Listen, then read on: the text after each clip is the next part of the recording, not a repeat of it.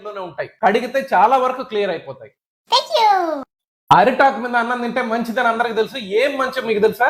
ఒకటి, అరిటాకులో పాలిఫినైల్స్ అని ఉంటాయి, యాంటీ ఆక్సిడెంట్స్. అవి వేడి ఆహారం తినేటప్పుడు ఆ ఆకులో నుంచి కొన్ని రిలీజ్ అయ్యి మన ఫుడ్ లోకి పోతాయి.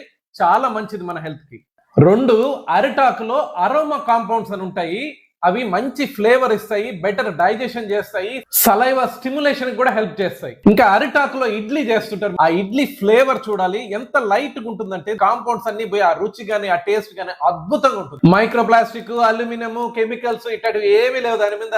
అబ్సల్యూట్లీ సేఫ్ గా తినచ్చు. అరిటాకులో మీరు చూసారంటే ఎప్పుడు ముందు కూరలు పెడతారు, ఆ తర్వాత అన్నం పెడతారు. సో ఈ కూరలన్నీ తినాలి నువ్వు ఖచ్చితంగా అనేది నీ మైండ్ లో ఉంటుంది. సో కూరలు ఎక్కువ తింటాము, అన్నం తక్కువ. అంటే తినే వాళ్ళని బట్టి ఉంటది, అది వేరే. కానీ కూరలు బాగా తినే అవకాశం ఉంది. ఫైనల్ గా బయోడిగ్రేడబుల్, వాటర్ వాడే పని లేదు, డిటర్జెంట్స్ వాడే పని లేదు, జీరో వేస్ట్. అరిటాకులో క్వాలిటీ ఒకటి ఉంది ఏంటంటే పైన ఒక వ్యాక్స్ కోటింగ్ లేయర్ వేసుకుంటుంది. ఈ పెస్టిసైడ్స్ కూడా ఊరికే అవుటర్ లేయర్ లోనే ఉంటాయి. కడిగితే చాలా వరకు క్లియర్ అయిపోతాయి. అరి